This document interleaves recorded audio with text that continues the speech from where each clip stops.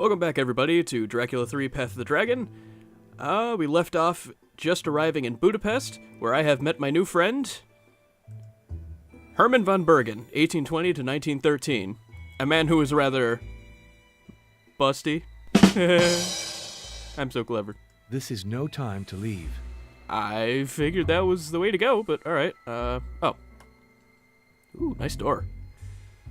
Just enter. Come in. Ah, yeah, we're meeting with, Dr. Boscow. Father Arno, Nice I hair. presume? You didn't have too much difficulty finding my office? No. The concierge told me what I needed to know. You have a wonderful place. I teleported here right after the All train. the art objects surrounding me were bequeathed by my mentor and friend, the late Professor Herman von Bergen. I know his reputation. As a He busty was man. a great traveler. And a distinguished scholar. But tell me, did you have a pleasant journey? Yes, thank you.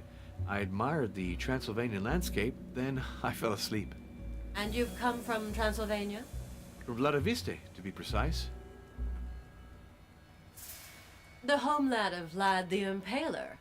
You made the right choice of locales to investigate vampires. Herman went there too when he was young. When I was young, world was so magical. Let's see. I'd be curious to know why Professor von Bergen went to Vladiviste. He never told me. I've had various hypotheses, of course, but I must confess, the question intrigues me. And to think that the answer might lie behind you. The personal papers of Herman are in this strongbox. He died suddenly, and didn't have the time to give me the code for opening it. Can I try to open it? I'm no expert in the matter, but with a little luck. Gladly. I'd be very grateful if you managed to open Herman's strongbox. Why is there a vial of poison right above it? It's a container of acid.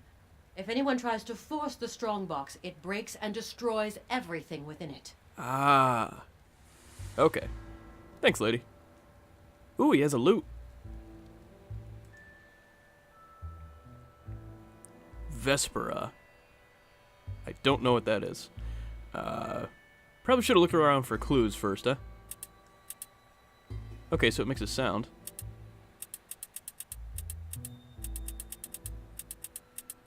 This lock is incredibly noisy. Or has my ear become more sensitive? We're getting vampire powers, obviously. Oh. I can't get over how clearly I can hear the mechanism. It's extraordinary. Ah, damn, we got bit. Huh. I found the combination. MDCCCXX. Looks like a number in Roman numerals. I knew that. Thank you for opening Is the that strongbox, what I think it Father. is? Would you be so kind as to deposit the contents on my desk? You want me to do what to your desk? Is that the decoder thing from Dracula 2? Here you go. Nope, going straight in the fire. There you go, lady. A wax cylinder and a letter. Oh. Let's see the letter.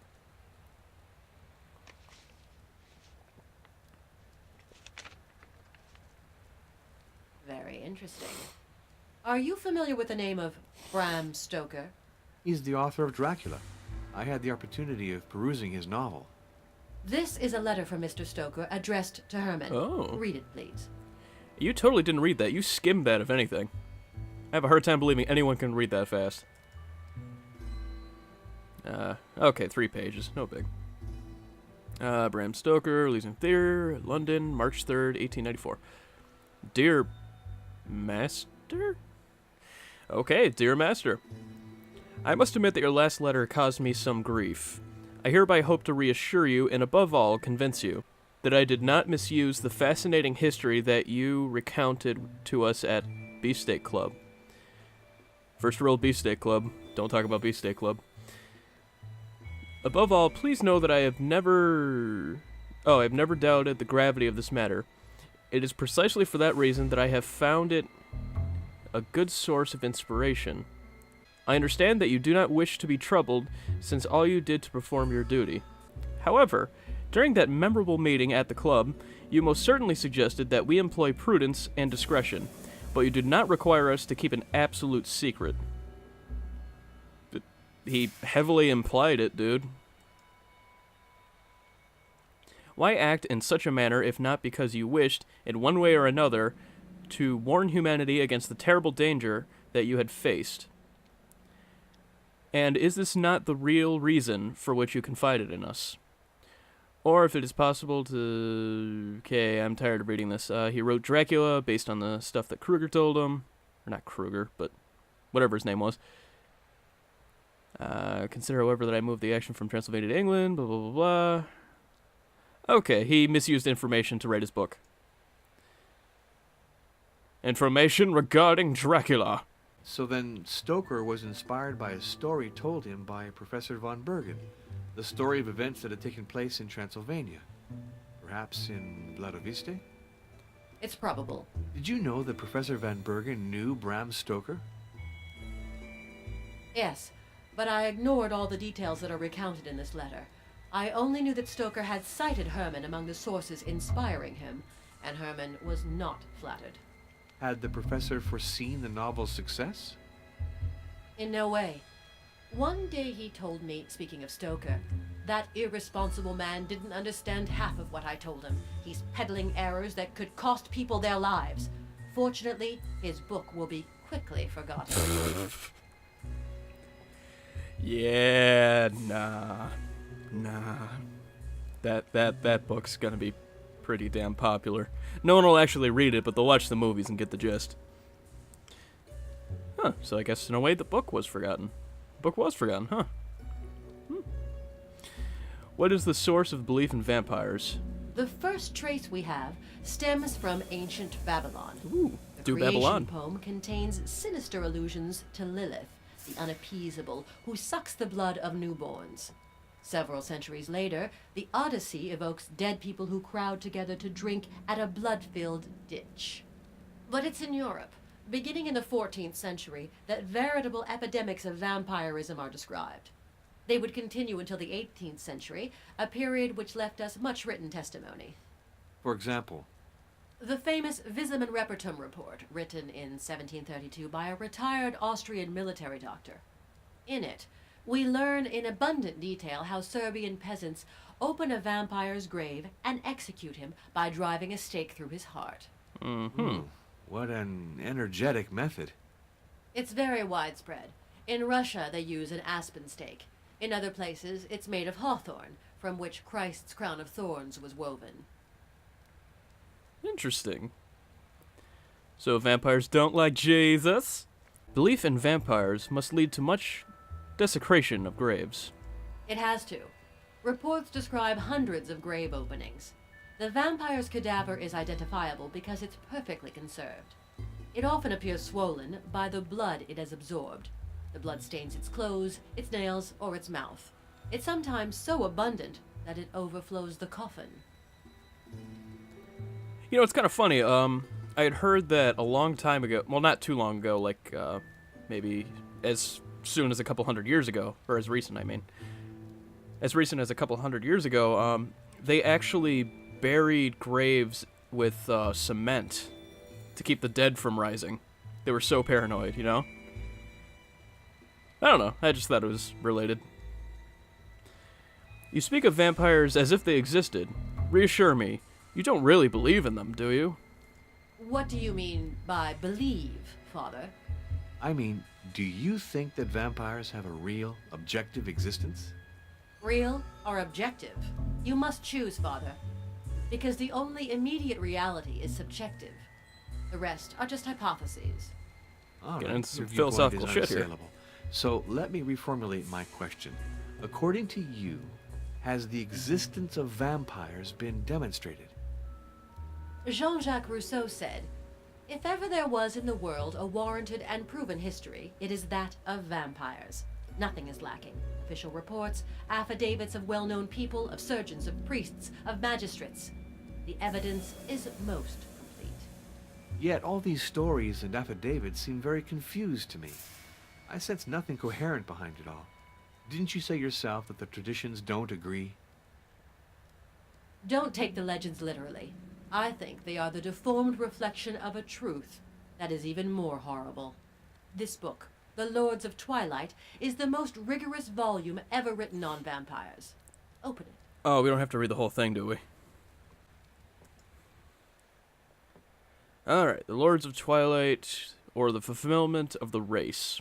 To Professor Herman von Bergen, hoping that, in spite of our differences in opinion, he will appreciate the study which owes a lot to his immense knowledge. HVK. HVK. Okay. Oh, God. Okay, those... If you guys want to read this, you can pause. I'm just going to kind of skim for interesting information. Demonstrate the obvious facts, quote details of references, blah, blah, blah. Superior strangers, or the lords, originate from the human race, live among it, and feed upon it. Okay, that's definitely vampire speak. We know that they do not grow old, and they are almost invulnerable. The almost is important. The lords can be destroyed. They must compensate losses due to violent deaths. One way or another, they must reproduce. Reproduction and selection in numerous species. The reproduction is independent of sexuality. Interesting. And it's the case with lords. We can hypothesize. Blah, blah, blah, blah. Speculation as if it is probable. And should maintaining the lesser men in ignorance and servitude.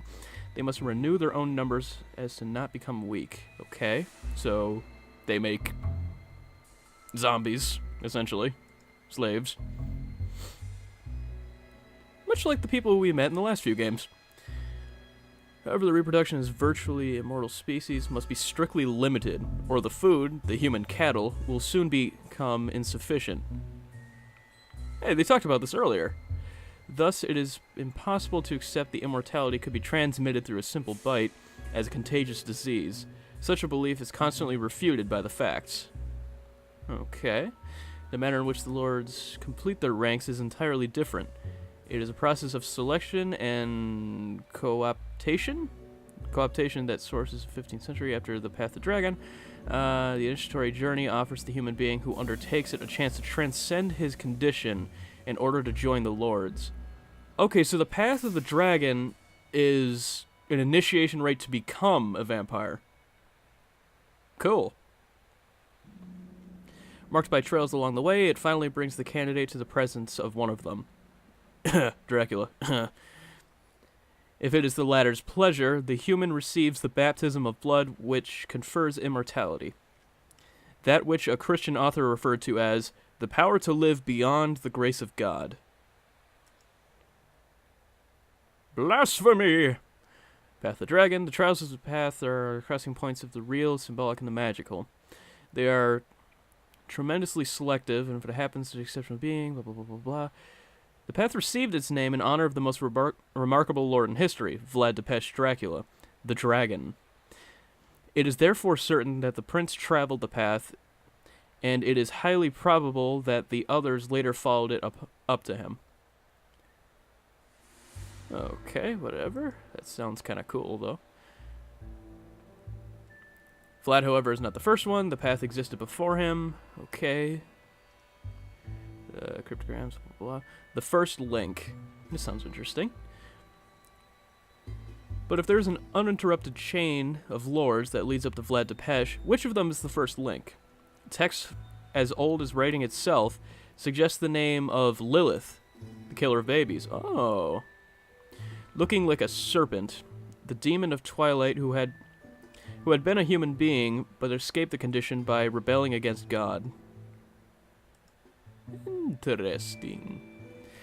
Well, its actual existence is a hypothesis. Well, it depends on how you pronounce it, but damn it.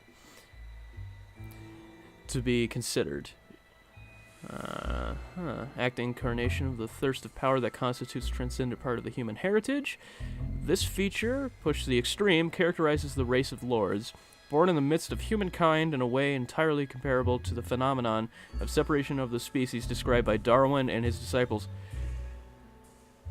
That hurts. Darwin didn't... Moving on. He didn't have disciples. He's not a religious figure. Though I'm not sure if disciples is strictly a religious term. Getting mad about nothing. Also, that's not how Natural selection works. Ah, rant over. Thus, man must engender Ubermensch, the Superman. Not only from a metaphorical point of view, but as a symbolic one, as the philosopher understood it, but also in the very concrete level of biology and the balance of powers. Okay. Also, that is not a book, it is a pamphlet. 6 pages does not constitute a book, lady. Not in my opinion. The Lords of Twilight is the work of an insane person. It's sheer madness. This is Sparta. Father, the war that has just ended shows that the whole world can go mad. In less than 30 years, evil will seize power and the earth will once more catch fire. No, not so quickly, not so soon. After the carnage we went through, the world will take the time to let its wounds heal. Then Hitler happened. You'll see. The author of the book, the Thule society that publishes it, all of them are criminals who won't hesitate trampling on corpses to gain power and eternal life. The war will come because of them and their like. According to the author, the Lords, the path of the dragon leads to Vlad Tepes. That's very possible. Vlad was a cruel ruler, intelligent and determined. He could very well have made a deal with the devil and conquered immortality. So he would have lived several centuries? To be sure. But where would he be hiding? In Vladiviste? Why not? Or elsewhere. The fox might have changed his den. The only way to tell would be to follow the path until its end. So, at least this hypothesis is falsifiable, which makes it interesting. Tell me about the Thule Society. It's a group founded by Heinrich von Kreutzberg on the ruins of the Golden Dawn, another secret society. Thule reached out to Professor von Bergen many times, but he couldn't bear them. He always kept his distance, and I followed his example. Did they approach you? Many times. Openly. Not in any roundabout way. Oh, they're very clever. Very influential. I would never compromise myself with them. How can you be so sure that the New World War is going to erupt? Well, she's right. Do you know the hidden apocalypse of Thomas the Greater? Yes. There are those who say it is a prophetic work. Doubting Thomas? Here it is. Open the book, and you will read some astonishing things. I know this game has a lot of biblical stuff. Is this Doubting Thomas from the Jesus story? This page reveals the origin of the Great War, the assassination of Archduke Franz Ferdinand at Sarajevo. The event that would submerge the world in horror had been announced centuries before in this book.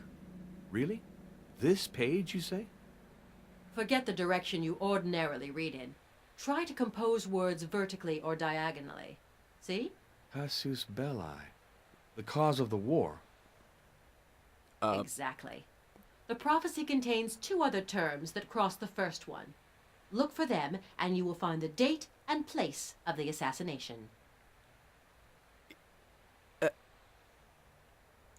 His idea was a word search? Or a crossword puzzle? Really? Okay. I don't know what I'm looking for. Hidden apocalypse. Okay, so how does this work? I just kind of drag it. I don't really know what I'm looking for. Stusar Aj-V-O-U-E. Stusha R-J-U-V. Obviously that's the answer. No. Lao we earth retentine. Nope. I was sure of that one.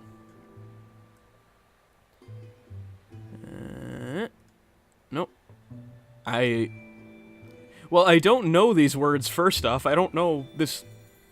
What is it, Latin? Yeah, it's Latin. I don't know Latin that well.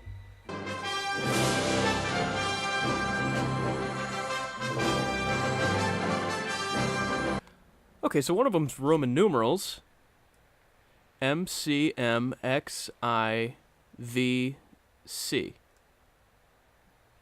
What? MCMXIV? Here's the date. Okay, 1914 in Roman numerals. Oh, interesting. Sarajevo.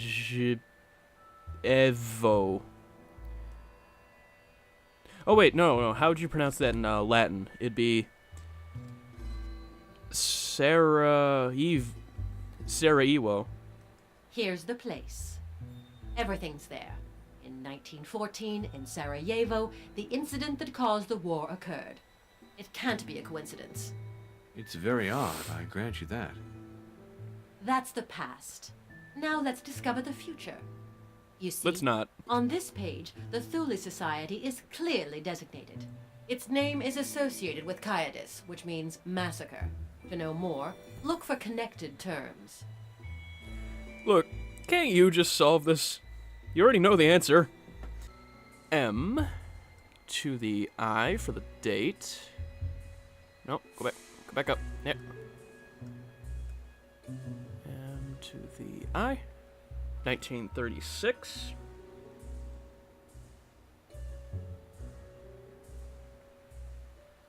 Let's see. I to G. Ah, Germany. What? That was right, though, wasn't it? Oh, Germania. Duh. Germania, or Germany. No, really?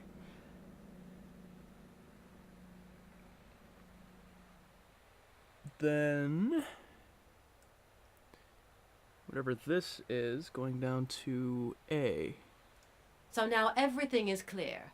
At the instigation of the Thule Society, evil will triumph in Germany in 1936. And there will be massacres. So this prophecy is at the root of your mistrust of the Thule Society. It's just one element among many others. Believe me, those people have no notion of compassion.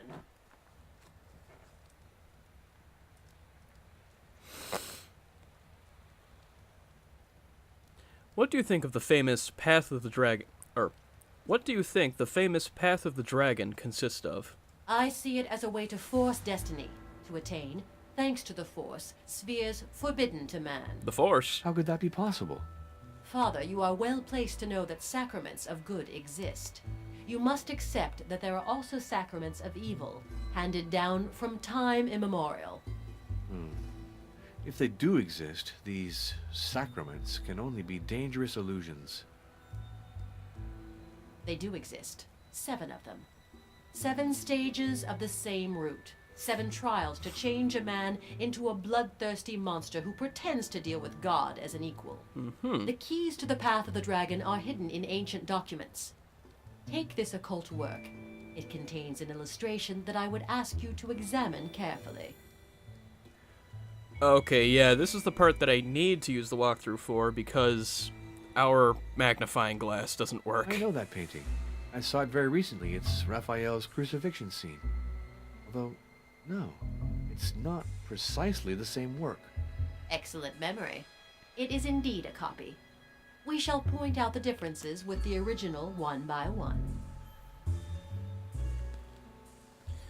Okay, this altered copy of Raphael's crucifixion illustrates a book from the occult, blah, blah, blah, blah, according to Professor Boscow. Okay, so what we need to do... Search the document list for the original of the crucifixion painting and select it. Oh, okay.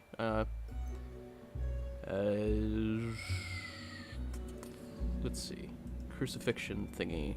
Yep, there it is. In the original painting, the angel on the left holds 2 chalices.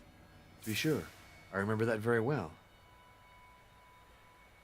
Whereas in this one, In your copy, holds 1. the angel on the left is only holding 1 chalice. Absolutely.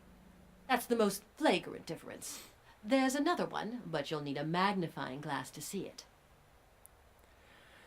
Oh, this is gonna hurt. Focus your magnifying Oh. glass on the base of the cross. It works! All right. An inscription, but it's in ancient Enochian. Do not let your blood flow in vain.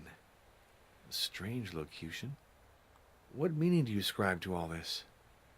Herman had an idea on the subject. Oh, Herman has ideas about everything, doesn't he?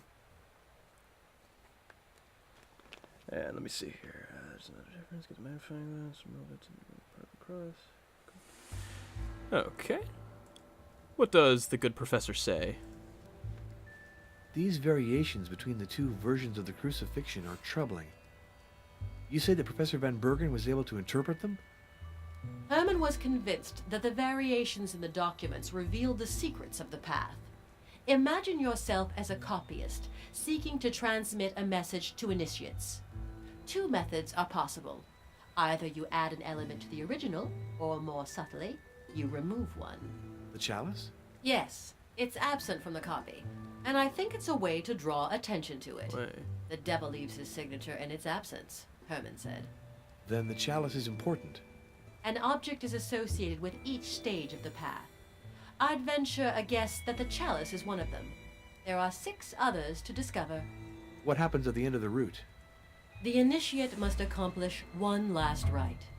He won't be able to unless he's understood all he's achieved before. That is, if he knows the order of the trials, as well as the objects and symbols related to each of them. Wait, chalice. Oh, in our vision in the train, there was a chalice in the background. Okay, she was holding flowers, looking at what appeared to be a gravestone or a tomb, so the chalice is in the graveyard, or a graveyard.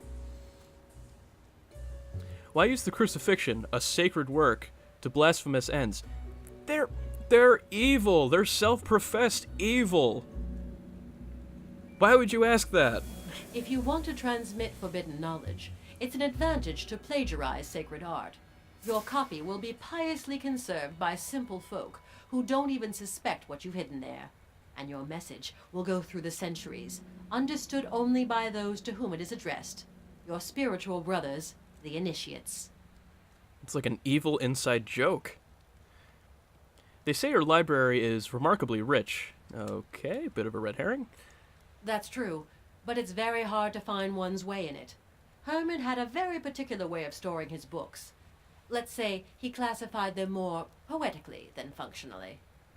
Without this catalog associating each book with its call number, I'd be lost in my own library. Every time I take a volume from the shelf, I write its call number on a bookmark I slip between the pages. That way I can put it back in place without losing too much time. For the same reason, I use ghosts. Ghosts? Ghosts? Yes, there are ghosts in my library. That's what we call the pieces of white cardboard that signify the place of a missing work on the shelf.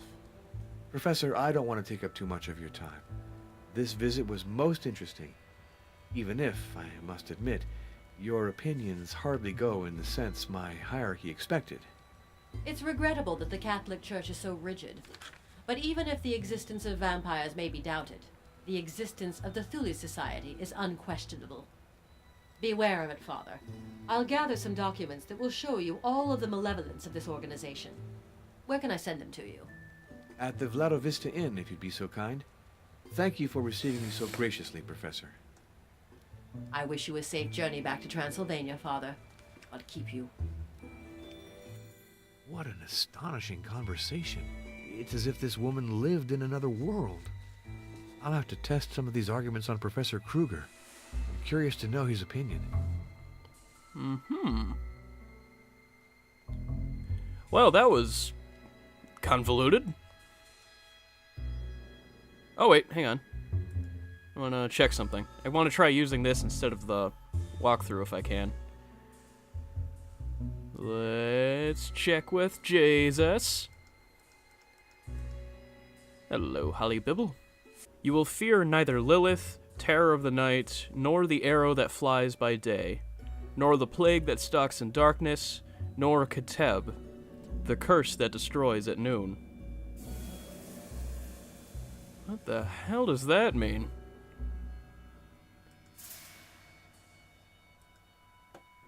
Could you be a little more clear, Jesus? Choo-choo!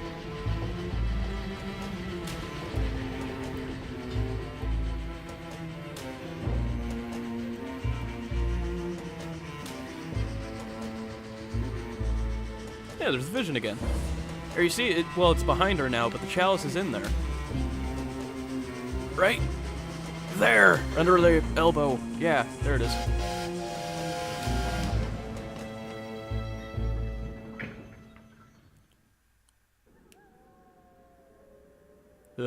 Wolves.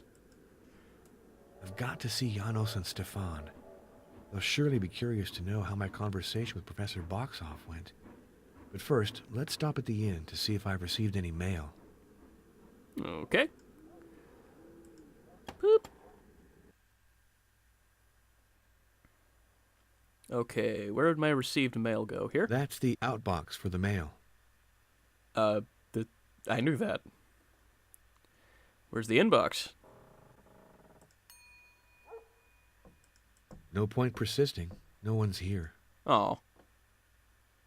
I want to push it again. No point persisting. Oh, you're no No fun. one's here. I want to make the dingy noise.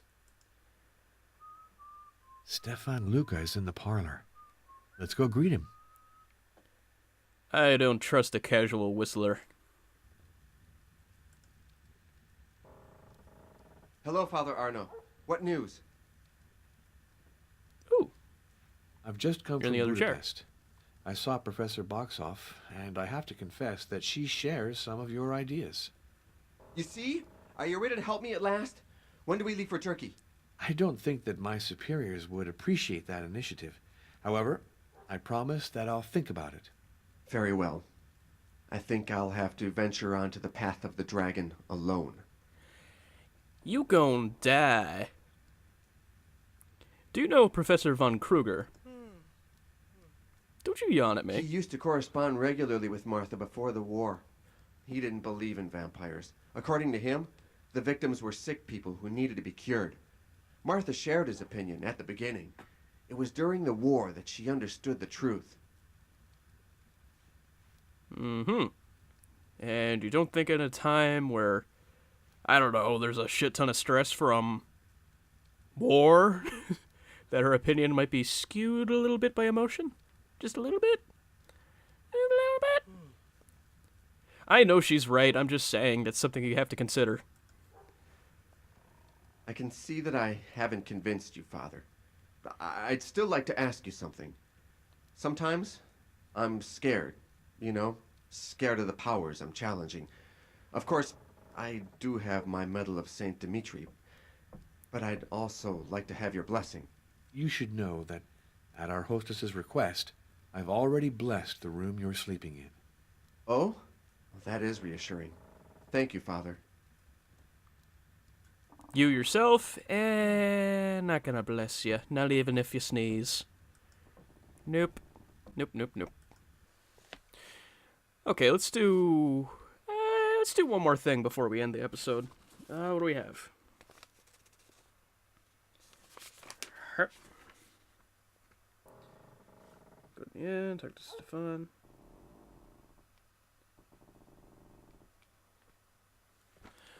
Okay, we're gonna go back upstairs. Whenever I look at the walkthrough, I'm just looking for, like, general words, like, the name of the room I'm supposed to go to. I'm not looking at, important details or anything. Well, unless it's a puzzle that I can't solve. I'm stupid.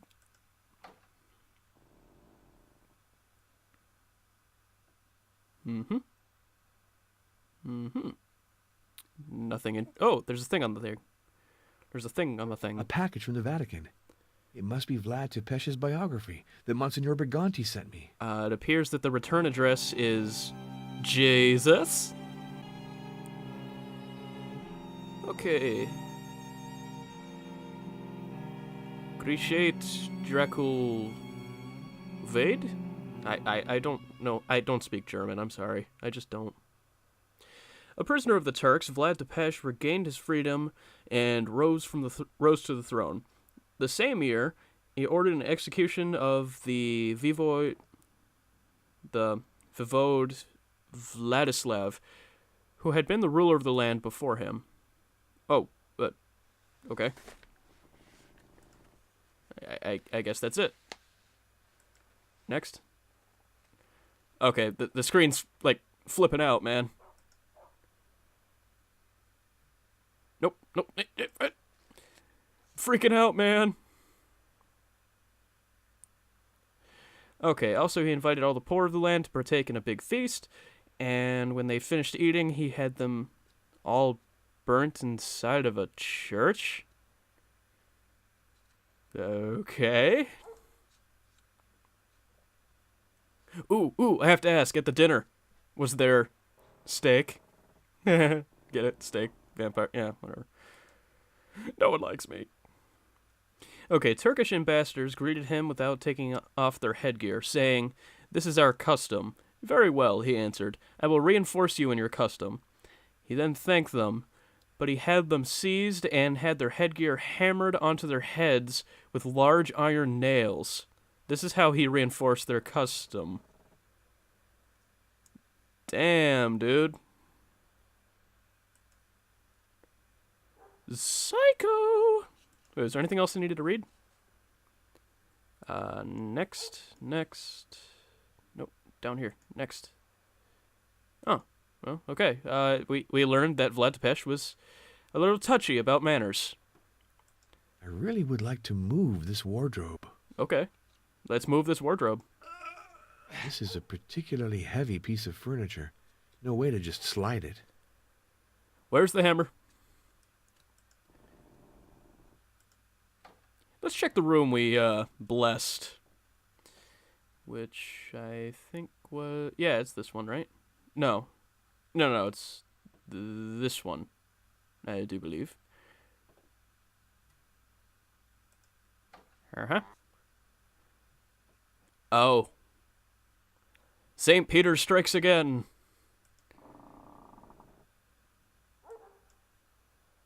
There you go, Jesus. Okay, well, I think I'm going to end the episode here. I'll be recording another episode, so these two episodes shouldn't be too far apart, depending on how long they take to edit. Hope you guys are enjoying the series so far. I think things are finally starting to pick up. And the next episode we'll be calling the German guy on this wacky phone with the hilarious face. See you then.